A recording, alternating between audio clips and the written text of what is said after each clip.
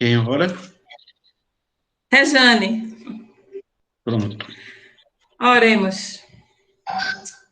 Senhor Jesus de Paz e Misericórdia, estamos aqui reunidos mais uma vez em Teu nome, Senhor, para aprender mais de Ti. Nós sabemos, Senhor, que todo conhecimento que vem de Ti é para a vida eterna, é para a nossa santificação e para a Tua glorificação, Senhor. Que todo esse aprendizado, Senhor, não fique só para nós. Que por onde quer que nós andemos, esse aprendizado seja mostrado, né? Para todo mundo, seja o nosso íris, Senhor. Tudo que nós estamos aprendendo nas aulas, aprendendo com os Gálatas, aprendendo com os irmãos. Senhor, cuida de cada família aqui representada, dos que estão longe. Cuida daqueles que desistiram, Senhor, inquieta o coração para trazer de volta para a tua presença, para as tuas aulas, para a melhor aula. Essa é a nossa oração em nome de Jesus. Amém. Amém. Todos vocês estão vendo a primeira tela aí? Não. Por enquanto ainda não está aparecendo nada. Nada? Então vamos colocar. Agora apareceu? Não. Ainda não.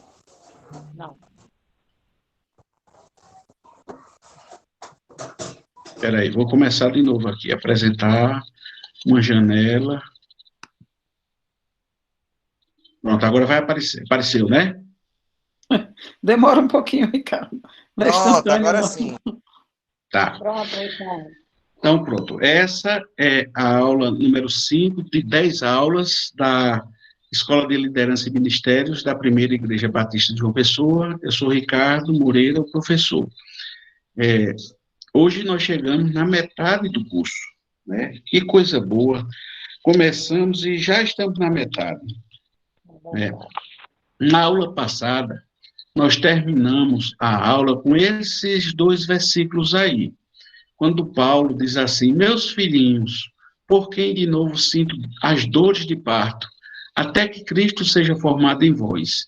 Eu bem quisera agora estar presente convosco e mudar a minha voz, porque eu estou perplexo a vosso respeito. E a gente viu que Paulo sentia dores de parto, foi uma forma bonita de Paulo falar, porque quando uma mulher está sentindo dor de parto, o filho nasceu? Não, não nasceu. O filho está na barriga, está pronto para nascer, está querendo nascer.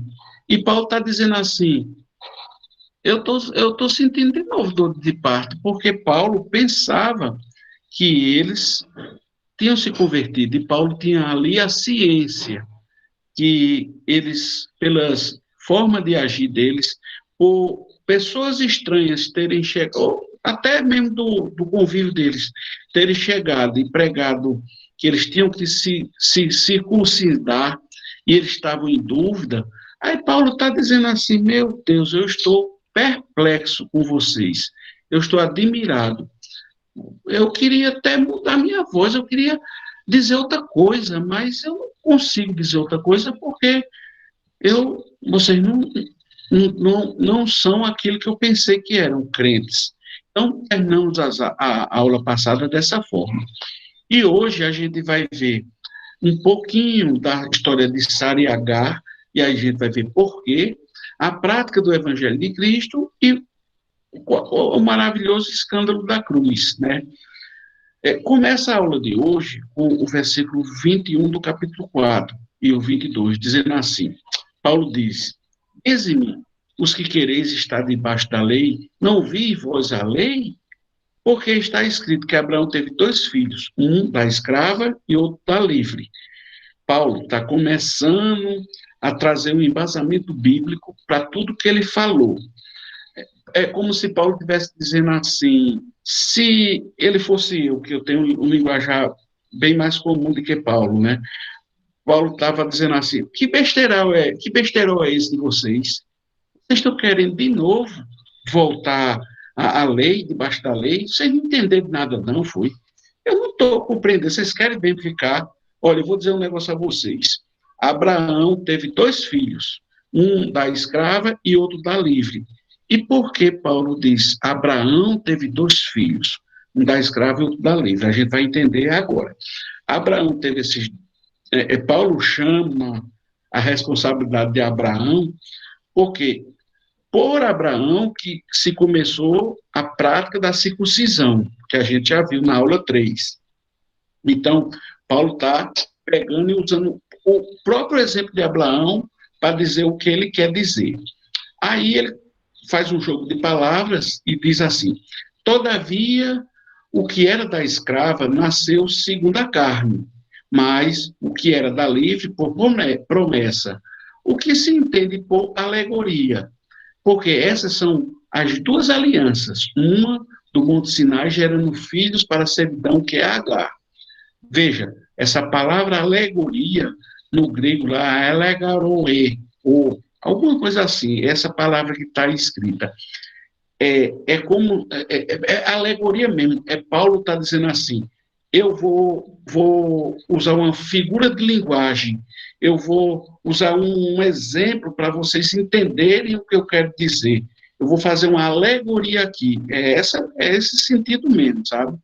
E ele começa a alegoria falando que um é segundo a carne e o outro é por promessa. E ele vai trabalhar esses 2 temas, né? É um simbolismo, porque Abraão e Sara, eles tentaram cumprir a promessa de Deus por ação própria. Todo mundo sabe a história de Abraão e Sara, é bem conhecida. Quem é que nunca viu a história deles? Que Deus promete a Abraão uma descendência, só que Sara era bem idosa e Sara ri da história, não, ela ri depois, mas ela diz assim: como é que eu, velha, vou ter filho? Eu não vou conseguir. Aí Sara quer dar uma ajudinha, eu digo assim, a Deus, para cumprir a promessa. Ela escolhe ela e Abraão juntos, ela que propôs, Abraão aceitou, uma escrava, Agar, para ter um filho no lugar dela. Quer dizer, já que Deus prometeu, eu vou ajudar a Deus a cumprir a promessa de Deus, né? Está aqui. Isso está relatado em Gênesis, capítulo 16, de 1 a 3. Sarai, ainda se chamava Sarai, antes de Deus mudar o nome dela, mulher de Abrão, antes de Abrão se tornar Abraão, pai da nação, não havia conseguido lhe dar filhos. Tinha uma serva egípcia chamada Agar. Sarai disse a Abrão: o Senhor me impediu de ter filhos. Vá e deite-se com minha serva. Talvez, por meio dela, eu consiga ter uma família. Abraão aceitou a proposta de Sarai. Então, Sarai, mulher de Abraão, tomou Agar, a serva egípcia, e a entregou a Abraão como sua mulher, como mulher. Veja, há algumas palavras assim, sentenças que chamam a atenção. Sarai disse assim: talvez por meio delas eu consiga ter uma família. Ela disse isso porque naquela época uma pessoa, o senhor do escravo, ela era a senhora do escravo, toda descendência do escravo seria propriedade dela. Então, um filho, mesmo da serva, chamada Agar, seria propriedade da própria Sarai. Então, por isso que ela disse assim: deite lá com Abraão com ela, porque quando nascer um filho, vai ser como se fosse meu filho. Talvez eu tenha uma família por causa disso. Tentando dar um jeitinho na promessa do Senhor. Engraçado que nessa parte de Gênesis, todas as vezes que fala em Agar, logo no começo, veja, tinha uma serva egípcia chamada Agar. Depois, tomou Agar, a serva egípcia. Egito, egípcia. O Egito, na Bíblia, simboliza a terra de Faraó, que é um símbolo de prisão, de escravidão, de coisa que não é do Senhor, né? Aí Paulo, a gente foi lá em Gênesis para entender quando foi que Agar fez a besteira, e a gente volta agora para Gálatas, E Paulo diz assim, porque essas são as duas alianças, uma do Monte Sinai, gerando filhos para a servidão, que é Agar. Ora, essa Agar é Sinai, um monte da Arábia que corresponde a Jerusalém, que agora existe, pois é escrava com seus filhos. Mas a Jerusalém, que é de cima, é livre, da qual é mãe de todos nós. Olha, essa aula é curta, mas a gente precisa entender, tem muito simbolismo, a gente precisa entender. Presta atenção, não fique olhando outras coisas senão a aula, porque senão você não vai entender. H é Sinai. Sinai é um monte lá da Arábia, lá embaixo, perto da terra de Midian, na terra de Midian, onde Moisés subiu, estava libertando o povo do Egito e recebeu os 10 mandamentos, a lei, né? E corresponde a Jerusalém, que agora existe, quer dizer, é uma coisa, é uma cidade real, Jerusalém que existe, né? Mas é escrava com seus filhos, mas a Jerusalém que é de cima é livre. Veja, Jerusalém de cima é outro simbolismo. Que Jerusalém de cima é essa que Paulo está falando? Fala que Agar é o Monte Sinai, é o simbolismo, e Jerusalém de cima que é livre. Paulo, o Espírito Santo, né? O Espírito Santo está citando, está se referindo a uma Jerusalém que só é escrito. Paulo escreveu Gálatas no ano 54, 55, 56 depois de Cristo. Apocalipse só foi escrito no ano 94, 50 anos, 40 anos depois. Então, Paulo está falando de uma cidade que ninguém nem sabia ainda. Claro que é inspirado pelo Espírito Santo. Lá em Apocalipse, capítulo 21, diz como é a Jerusalém de cima. João escreveu que a cidade não precisa de sol nem de lua, pois a glória de Deus a ilumina, e o Cordeiro é sua lâmpada. O nosso Senhor Jesus Cristo é a própria luz da Nova Jerusalém, da Jerusalém de cima. As nações andarão em sua luz, e os reis e toda a sua glória entrarão na cidade. Suas portas nunca fecharão, pois ali não há noite, porque Jesus é essa luz. E todas as nações trarão sua glória e honra à cidade. Nenhum mal terá permissão de entrar. Nenhuma pessoa alguma que pratique o que é vergonhoso ou enganoso, mas somente aqueles cujos nomes estão escritos no livro da vida do Cordeiro. Não tem mal na Jerusalém de cima. Ninguém que pratique coisa vergonhosa ou enganosa vai estar lá dentro. Só vai estar lá dentro o Deus, o próprio Jesus Cristo, o Espírito Santo. O próprio Jesus é a luz que ilumina a Nova Jerusalém, e lá dentro só vai ter coisa boa, e só vai entrar aqueles que estão escritos no livro da vida do Cordeiro. Cordeiro, Jesus Cristo, aqueles que aceitaram Jesus Cristo. É essa Jerusalém de cima que Paulo está falando. Aí, Paulo vai citar, vê quanto simbolismo tem nessa pequena aula de hoje. Paulo cita Isaías. Ele diz assim, porque está escrito, alegra-te, estéril, que não dás à luz.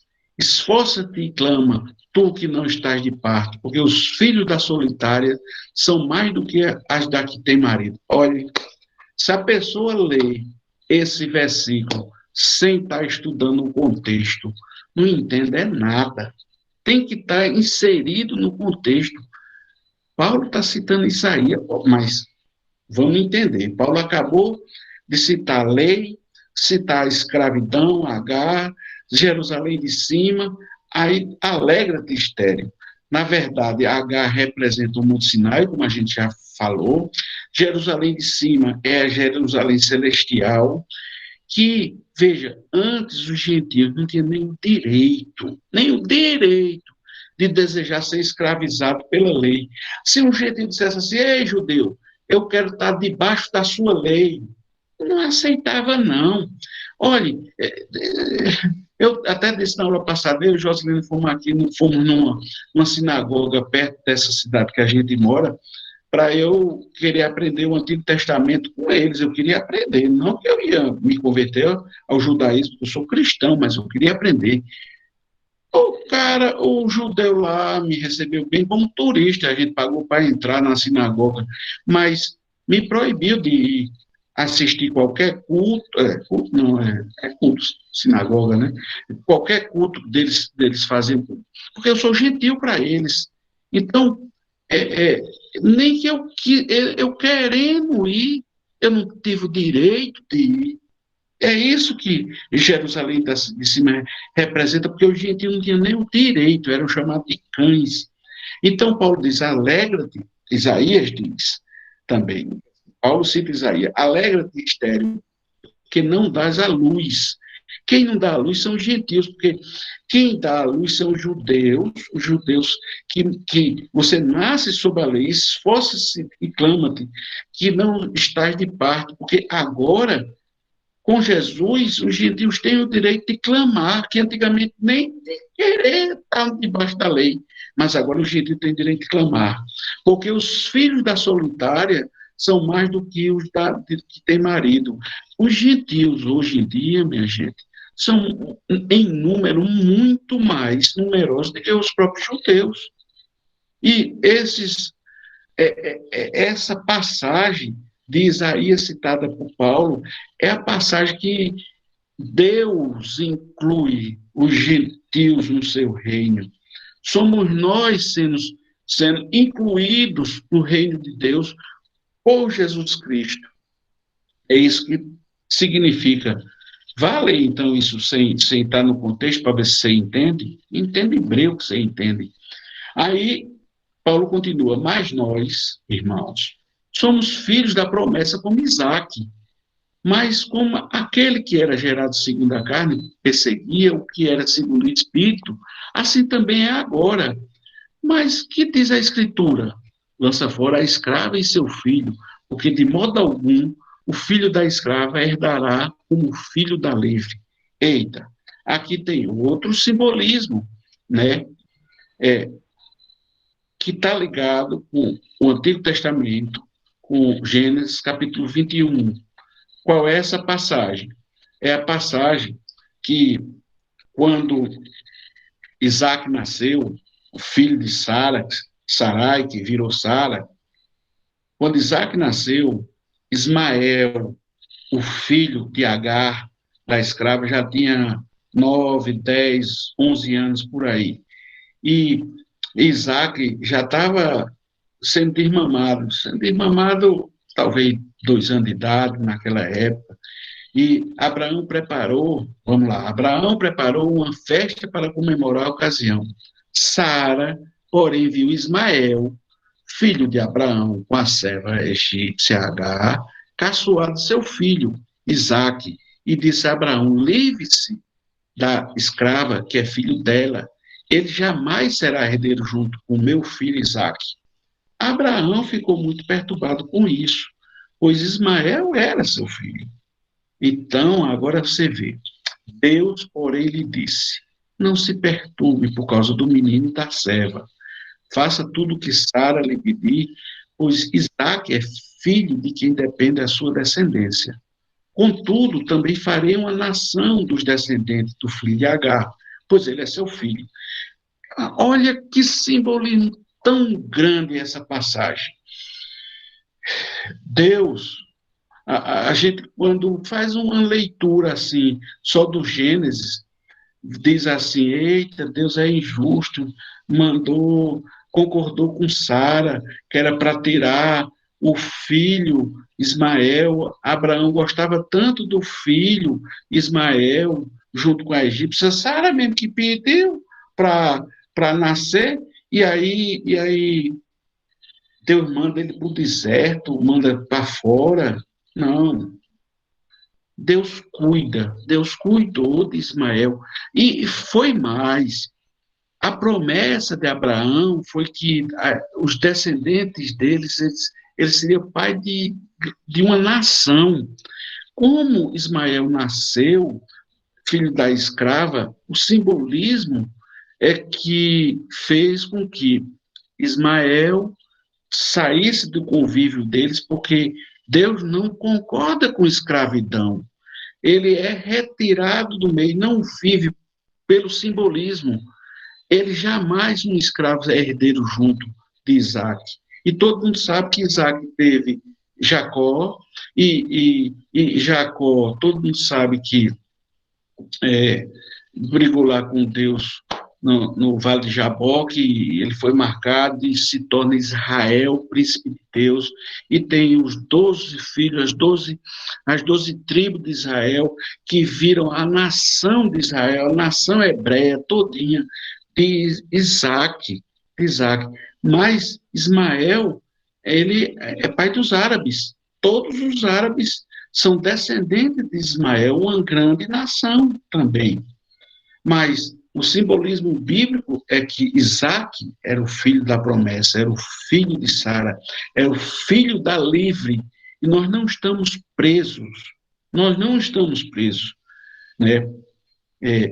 Todo o simbolismo era isso, viver pela promessa ou viver na escravidão.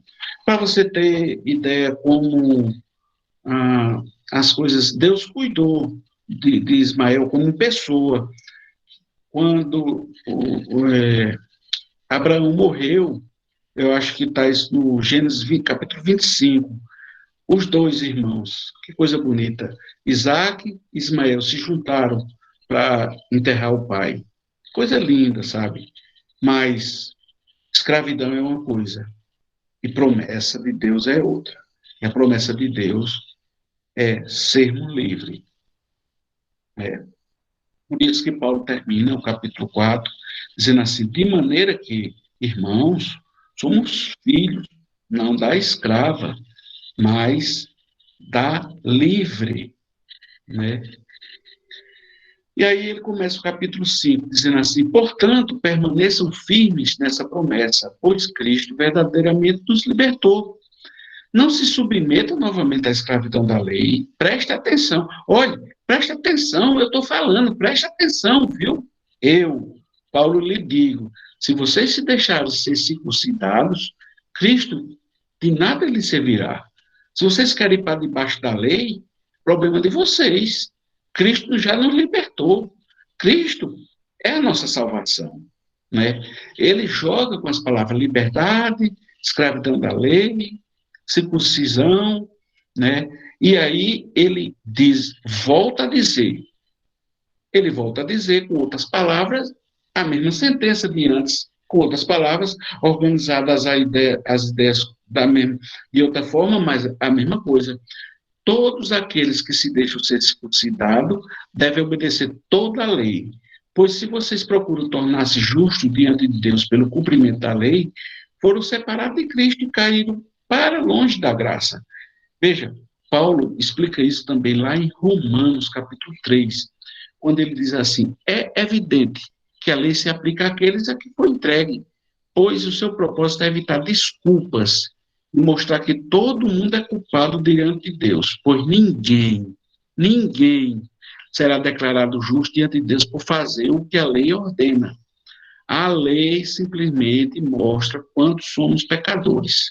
Agora, porém, conforme prometido na lei de Moisés, de profeta, Deus nos mostrou como somos declarados justos diante dele sem exigência da lei. Como é isso? A lei não salva ninguém, mas Deus nos mostrou como é que a gente é declarado justo. Como? Tem os dois pontos aí. Somos declarados justos diante de Deus por meio da fé em Jesus Cristo. E isso se aplica a todos que creem sem nenhuma distinção, seja judeu, seja grego, todos, né? Tiago vai mais além. Tiago diz assim, pois que obedece a todas as leis, exceto uma, torna-se culpado de desobedecer todas as outras. Então, não adianta você tentar seguir a lei para ser bonzinho, para obter salvação. Você tem que seguir a lei para se santificar. Mas para obedecer, para salvação, ninguém consegue fazer isso. Nessa viagem, minha gente, que a gente fez lá para o Dom Benito, para ver pastor Gabriel e Kelly, foi muito interessante. Eu, Jô e Marcelo conversando na volta, no carro, a gente dirigindo, e eu dizendo a Marcelo e a Jô, dizendo assim, olha, eu sou professor de escola bíblica, possivelmente seja consagrado pastor, mas vocês de casa, eu disse com outras palavras, claro, mas vocês de casa, vocês vão acabar vendo algum pecado meu. E eu tenho todo dia, é todo dia que a gente peca. Aí eu até confessei um pecado a eles, né? Aqui em Portugal, o povo tem mania de buzinar, e buzina, se abrir um sinal, assim, não dá tempo nem passar a marcha, o cara já conseguiu dar uma buzinada grande, dar um grito em você. Rapaz, toda vez que isso acontece, aí eu estou confessando também a vocês, eu digo assim, filho, mas eu digo isso na mente, sabe? Pequei. Pronto, já pequei. Naquele momento, já pequei. Não tem perigo, não tem perigo de eu ou você não pecar todo dia, todo instante. Seja por ato, pensamento, seja. Não tem. E Tiago é claro, a Bíblia é clara. Você pecar em um dos pecados, pecou para todos. Nós, seres humanos, e essa conversa que a gente teve bem grande no carro, nós, seres humanos, é que classificamos pecado, pecadinho, pecadão. Nós, seres humanos, fazemos isso. Ai, aquele ali fez aquilo, aquele matou, aquele fez aquilo, aquele fez a... Deus não está fazendo, Deus não faz isso, não. Deus não faz isso, não. Na hora que eu pensei, filho de não sei quem, na minha cabeça, já pequei igual a quem matou. Já pequei igual a quem matou. E necessito, preciso da glória de Deus, do sangue de Jesus Cristo, para me justificar desse pecado. Né? Aí Paulo diz que realmente é diferente quem vive pelo Espírito. Porque Paulo diz assim, mas nós que vivemos pelo Espírito, esperamos ansiosamente receber pela fé a justiça de Deus, que Deus nos prometeu. Pois em Cristo Jesus não há benefício algum em ser ou não ser circuncidado. O que importa é a fé que se expressa pelo amor. Aí a justiça que Deus nos prometeu, qual foi a justiça que Deus nos prometeu? Onde é que está isso? Né? Está lá em Romanos capítulo 3. Né? A promessa justa que Deus nos prometeu é que nós, por Jesus Cristo, seremos filhos de Abraão, pela fé, filhos de Cristo. Está lá, Romanos 3. Com isso, Deus se mostrou justo. Ele é justo, condenando o pecado. Deus não concorda com o pecado, Deus não pactua com o pecado, Deus é justo, então todo pecado para ele, pequenininho, pequeninão, grandão, todo pecado para ele é motivo de condenação. Mas Deus é justificador do pecado, declarando o que? Justo pecador. É justo pecador quando? Quando crê em Jesus Cristo. Então, Deus é justo. Se você não crê em Jesus Cristo, Ele mesmo lhe amando. Porque nada nos separa do amor de Deus. Nada nos separa. Deus me ama e ama o ladrão. Do mesmo jeito. E aquele ladrão, infelizmente, vai para o inferno. Deus amando ele, porque Deus não compactua com o pecado. Ele só é justificador do pecado, e o pecador se torna justo porque ele creu em Jesus Cristo. Isso é muito sério, isso é muito pesado. Está lá, né? Aí Paulo diz assim, vocês estavam indo bem na corrida. Quem os impediu de seguir a verdade? Certamente não foi Deus que os levou a pensar assim, pois ele os chamou para serem livres. Aqui tem uma expressão legal. Vocês estavam indo bem na corrida. Por que Paulo fala isso? Porque Gálatas era perto da Grécia, e na Grécia, vocês sabem que existiam os jogos as maratonas, os corredores, né? Para você ser um atleta, lá naquela época da Grécia, você fazia um juramento que passava 10 meses cumprindo algumas etapas, sabe? Paulo fala isso. Em 2 Timóteo, o atleta não conquista o prêmio se não seguir as regras, né? 1 Timóteo, Paulo diz assim, o exercício físico tem algum valor, mas exercitar-se na devoção é muito melhor, pois promete benefícios não apenas nessa vida, mas também na vida futura, né? Paulo, em 1 Coríntios, aí ele fala forte sobre essa corrida, essa coisa da Grécia, que eles estavam, a Galícia estava perto da Grécia. Tá, Paulo diz assim, o atleta precisa ser disciplinado sobre todos os aspectos. Ele se esforça para ganhar um prêmio perecível. Que prêmio perecível era esse? Essa coroazinha aí de folhas de oliveira era um sonho. O maratonista daquela época terminava em primeiro lugar e ganhava essa coroazinha de folhas de oliveira.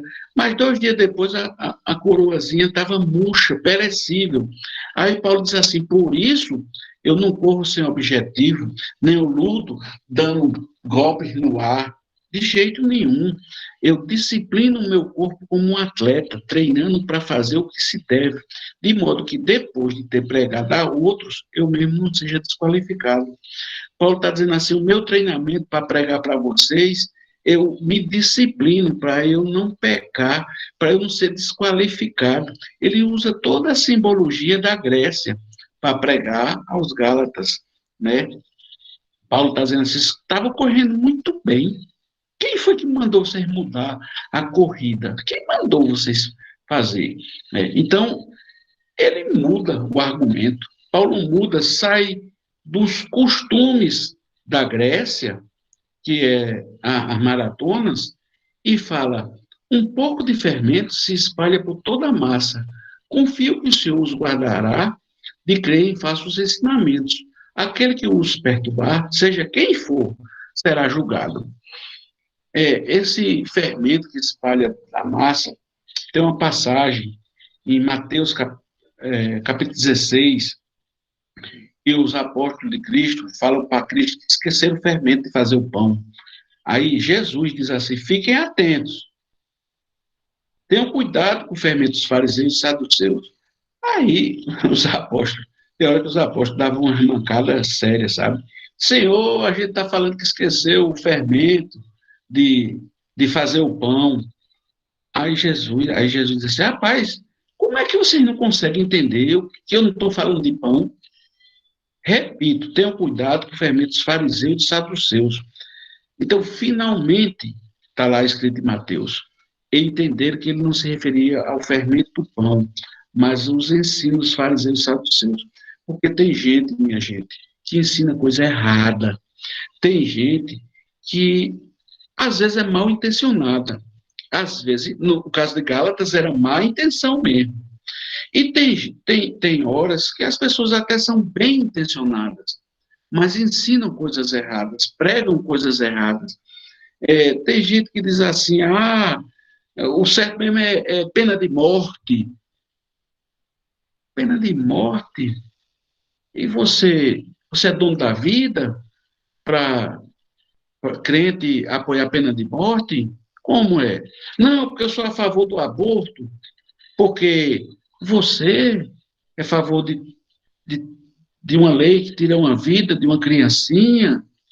Como é que crente diz umas coisas dessas? Então, tem gente que, às vezes até achando que está bem intencionado, ensina errado. E Paulo e Jesus diz assim, cuidado com esse fermento que espalha por toda a massa. Confio que o Senhor guardará de crer nesses falsos ensinamentos.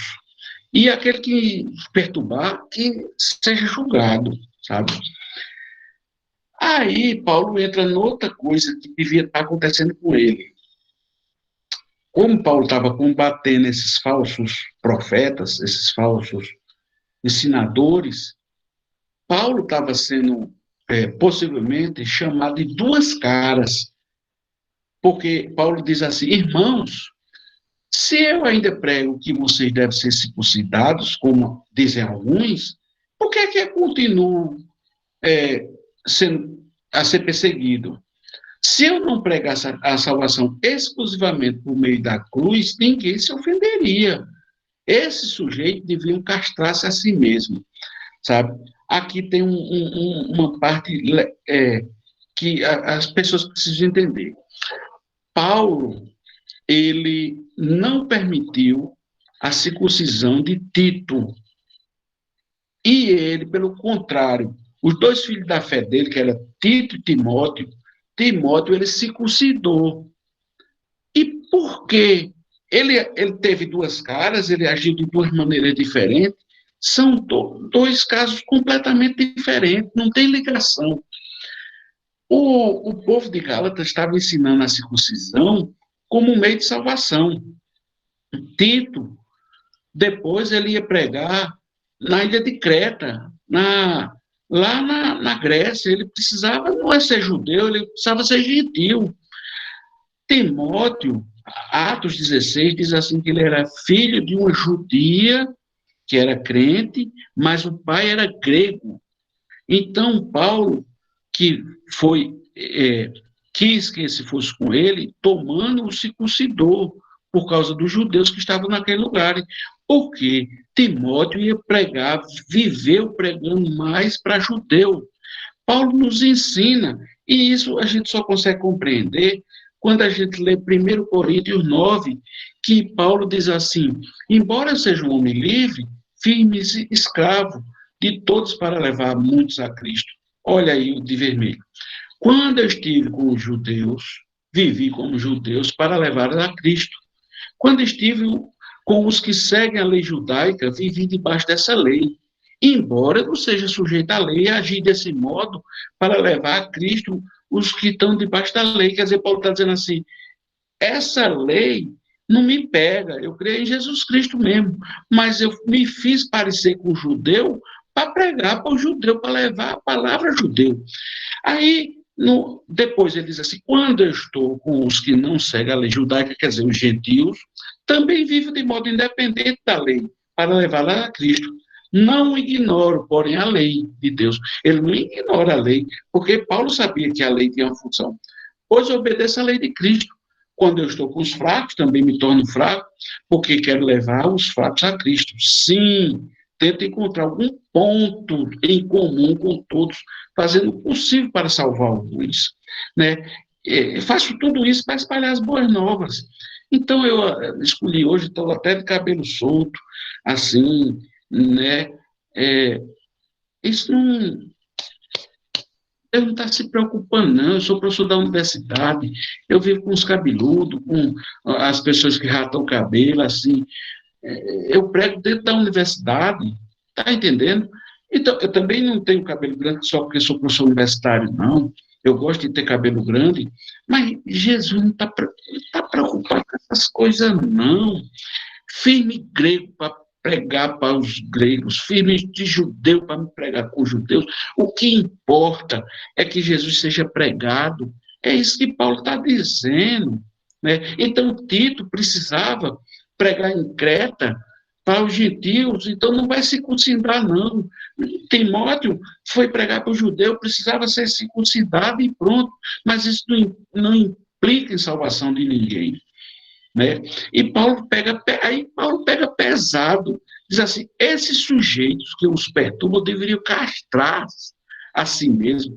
Essa palavra castrar, no grego, é uma palavra bem forte, é apokotokó.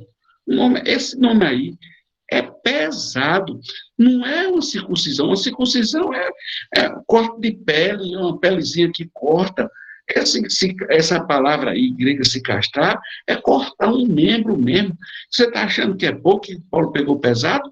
Olha, Jesus disse assim: se a sua mão levar a pecar, corte-a fora. É melhor entrar na vida eterna com apenas uma das mãos do que ser lançado no fogo inextinguível do inferno com as duas mãos, né? Paulo estava dizendo assim, que era assim: estava comparando esse sujeito a Satanás, porque Satanás, assim, vive à espreita de quem eu possa levar, sabe? Então, Paulo está dizendo assim, é para cortar, tirar de definitivo esses falsos ensinos de dentro da igreja. A gente tem que expulsar, a gente não pode aceitar o falso ensino, não. A gente aceita o pecador para ensinar, mas o falso ensino tem que se castrar. Essa foto aí desse corredor que eu coloquei é bem significativa para mim. Não conheço, claro que eu não conheço, mas por alguma razão, por doença ou algum acidente, esse corredor precisou cortar a perna, e ele está correndo, e é isso que Paulo está dizendo assim, tem que tirar o mal que tem dentro da igreja, ele devia se castrar mesmo, né? E aí Paulo diz assim, por que vocês, irmãos, foram chamados para viver em liberdade? Não a usem, porém, para satisfazer a natureza humana.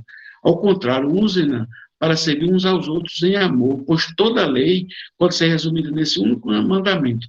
Ame o seu próximo como a si mesmo. Ele começa a jogar palavras, liberdade e natureza humana, sabe? Porque a natureza humana, minha gente, diz assim, olha, aquele cara que buzina na minha traseira lá do carro, dá vontade de eu descer e matar o cara, sabe? Essa é a natureza humana. E essa a gente não pode dar vazão à natureza humana, porque senão a gente acaba fazendo muita besteira. Então, não pode ver uma coisa bem bonita que você queira, não pode comprar, vai roubar. Você vai roubar se der vazão à natureza humana. E qual é o recado de Deus através de Paulo? É o oposto. Ame ao seu próximo como a si mesmo. Foi o que o próprio Jesus disse lá em Mateus, capítulo 22, e Mateus não tinha sido nem escrito, Mateus foi escrito possivelmente no ano 64 depois de Cristo. Mas Paulo já devia ter escutado as palavras de Jesus através de Pedro, de Tiago, que ele já tinha tido encontro com ele, né? Então, ele fala a mesma coisa com outras palavras. Mas se vocês estão sempre mordendo e se devorando uns aos outros, tenham cuidado, pois corre o risco de se destruírem. Pois eu digo, deixe que o Espírito guie sua vida. Assim não satisfarão os anseios de sua natureza humana, sabe? Quando a gente dá vazão à natureza humana, a gente arruma confusão. É dentro de nossa casa, é dentro da igreja, é dentro do nosso trabalho. A gente tem que tomar cuidado com a natureza humana da gente, né? E aí ele está quase encerrando, dizendo assim, pois a carne deseja o que é contrário ao espírito, e o espírito que é contrário à carne. Eles estão em conflito um com o outro, de modo que vocês não fazem o que desejam. Quando, porém, são guiados pelo Espírito Santo, não estão debaixo da lei, né? É isso, minha gente. Nós vivemos o tempo todo, nós temos uma tendência ao pecado. Eu quero que vocês entendam uma coisa. Nem toda vontade que você sente de pecar é de Satanás, não. Tem coisa que é minha e sua também. É essa tendência que tem da gente. Então, essa tendência que tem na gente é uma luta com o Espírito Santo, e nós que somos salvos e lavados por Deus, a gente vive essa luta do Espírito Santo o tempo todo. Paulo, lá em Romanos, capítulo 7, mostra como é nosso desejo de pecar. Porque ele diz assim, pois bem sabemos que a lei é espiritual, mas, coitado, Paulo dizendo assim, eu sou carnal, vendido sobre pecado, porque o que eu faço eu não aprovo, pois o que eu quero, isso eu não faço, mas o que aborreço, isso eu faço. Porque não faço o bem que eu quero, mas o mal que eu não quero, esse eu faço. É isso que acontece com a gente. Paulo começa a introduzir a ideia da oposição que existe da carne e do espírito que habita em nós. E isso é a próxima aula, né? Então, na próxima aula a gente começa a falar sobre as obras da carne, que escravizam, e os frutos do espírito, são as dádivas de Deus, né? E as perguntas Para a reflexão de hoje, é assim, vocês entenderam como foi que Isaac e Ismael serviram de alegoria para Paulo descrever o que era liberdade e o que era escravidão? Segundo, Paulo foi incoerente de algum modo, dizendo porque ele fez a circuncisão em Timóteo e não permitiu se fazer em Tito? E terceiro, como é que Paulo ensina os Gálatas a viver em liberdade? Porque com essa liberdade, a gente pode desobedecer à lei porque a gente tem o Espírito Santo e somos livres? Essas perguntas eu não estou recebendo ainda, mas eu vou cobrar, não sei como, mas eu vou cobrar vocês. Então, agora a gente encerra, e aí agora a gente, deixa eu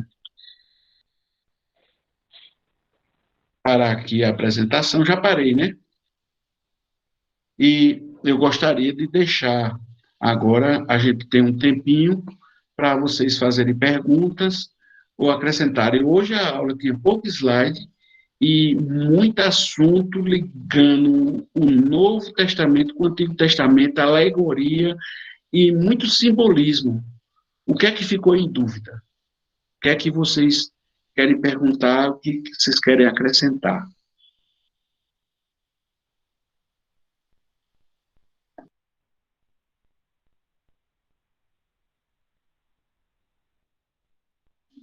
Que bom, todo mundo compreendeu tudo. Então, vamos encerrar a aula, se ninguém tem nada, todo mundo compreendeu tudo mesmo, as alegorias que Paulo fez, as ligações que Paulo fez, não ficou nenhuma dúvida, né, minha gente?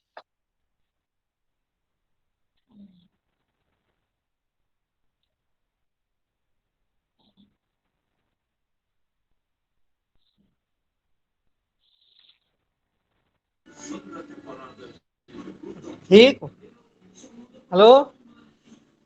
Fale. É bem interessante a aula de hoje, muito boa, com essas alegorias. E também eu quero dizer que cada aula eu aprendo alguma coisa. Às vezes, coisa que está na cara da gente, que está assim, explícito, e a gente não compreende. Eu não tinha entendido bem porque foi que Sara chamou H para ter o filho com o marido dela, porque o filho seria dela também, porque H era escrava, né? E o filho seria de Sara também. Eu não tinha raciocinado isso. Eu sempre ignorava Sara porque tinha feito isso. Eu achei bem interessante isso. Cada coisinha simples e a gente passa despercebido, sem notar a simplicidade da coisa. É Mamãe, isso aí. mas você está dizendo que é simples, mas não é tão simples, mamãe, porque nós agora já não vivemos mais num período que temos escravos. E mesmo a escravatura que teve no Brasil era diferente da escravatura, um pouco diferente da escravatura que teve lá no Antigo Testamento. Abraão, ele tem aproximadamente, a gente está falando de praticamente 6.000 anos atrás, né? Foi 4.000 antes de Cristo, mais ou menos.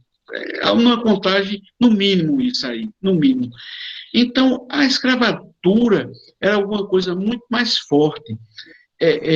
H, ela era como escrava, o filho, a Sara poderia, vamos dizer, adotar como filho dela mesma e criar como filho, mas não foi isso a promessa. O problema, e veja bem, se fosse noutra família, não ia ter problema nenhum. Teve problema na família de Abraão e de Sarai, porque Deus tinha feito uma promessa a Abraão dele ter filho genético mesmo. Então, o problema ali, mas em outra família daquela época, se houvesse a mesma situação, não tinha problema nenhum. O filho seria, entre aspas, um filho legítimo, porque ela era dona, mas todo o simbolismo, não. Por quê? Porque Deus tinha prometido. Então, a gente também, nas promessas de Deus, isso acontece muito com a gente. Às vezes a gente ora, por isso que a Bíblia diz que a gente não sabe pedir, porque a gente, até nas orações da gente, a gente pede, dizendo assim, Senhor, faça assim, assim, assado. Quer dizer, a gente Está dando ideia. a gente está dando ideia a Deus. Assim, é uma pretensão da gente. Mas eu estou dizendo isso, mas de vez em quando eu faço isso. Aí quando eu faço isso, eu digo assim, mas meu Deus, não faça desse jeito não, Senhor. Faça do jeito que for melhor. O Senhor sabe como é o jeito melhor. E também, se não for melhor eu receber isso, não me dê, não. Pronto, mas é assim, às vezes a gente tenta dar um jeitinho na promessa de Deus para as coisas acontecerem. É muito difícil, é muito difícil. Eu esqueci de estudar quanto tempo Abraão esperou. Se eu não me engano, foram 20 anos que Abraão esperou pelo nascimento de Isaac. É muito tempo, mas ele tinha que esperar, Tá bom, pode encerrar. Alguém tem mais alguma pergunta ou alguma coisa a acrescentar? A gente tem mais uns 3 minutos ou 4. Vamos?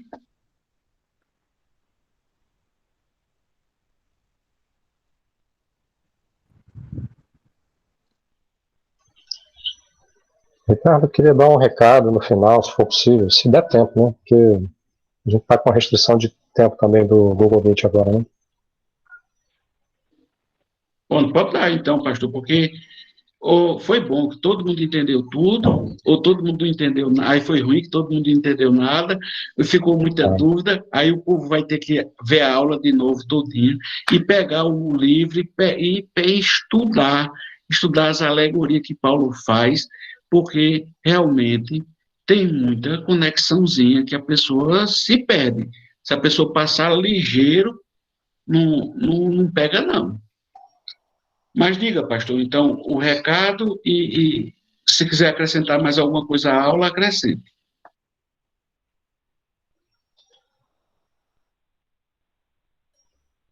Não, assim, na verdade o tema é profundo, inteiro, né?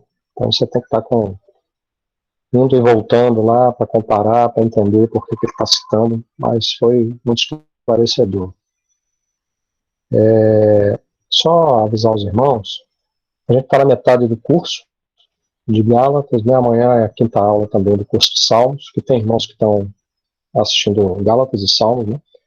E a gente deve, em breve, liberar mais um curso. O professor Iraquitan, ele vai ensinar um curso, vai ministrar um curso sobre o profeta Jonas, e a questão da obediência, da missão. Então, em breve a gente vai divulgar esse novo curso, tá? Vai ser a mesma coisa, a gente vai disponibilizar um formulário lá para vocês se inscreverem. Ele vai ministrar o curso às segundas-feiras, que é o dia que ele tem disponibilidade, porque ele também ensina na universidade, né? Então está também aí com uns compromissos online. Mas só para avisar os irmãos, acho que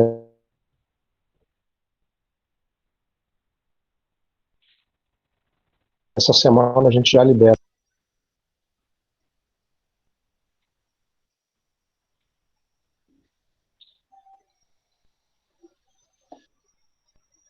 Cortou, pastor, as suas últimas falas, mas eu entendi que Iraquitan vai dar o curso de Jonas e vai ser aberto as inscrições esses dias, né? Eu entendi, é isso aí, né? Provavelmente essa semana ainda. Tá bom. Isso, então, ele vai ensinar às segundas-feiras à noite. Ok, agora pegou. Então, minha gente, alguém nos levante a oração, encerrando a aula de hoje. Eu espero que todos revejam a aula, que amanhã eu vou disponibilizar.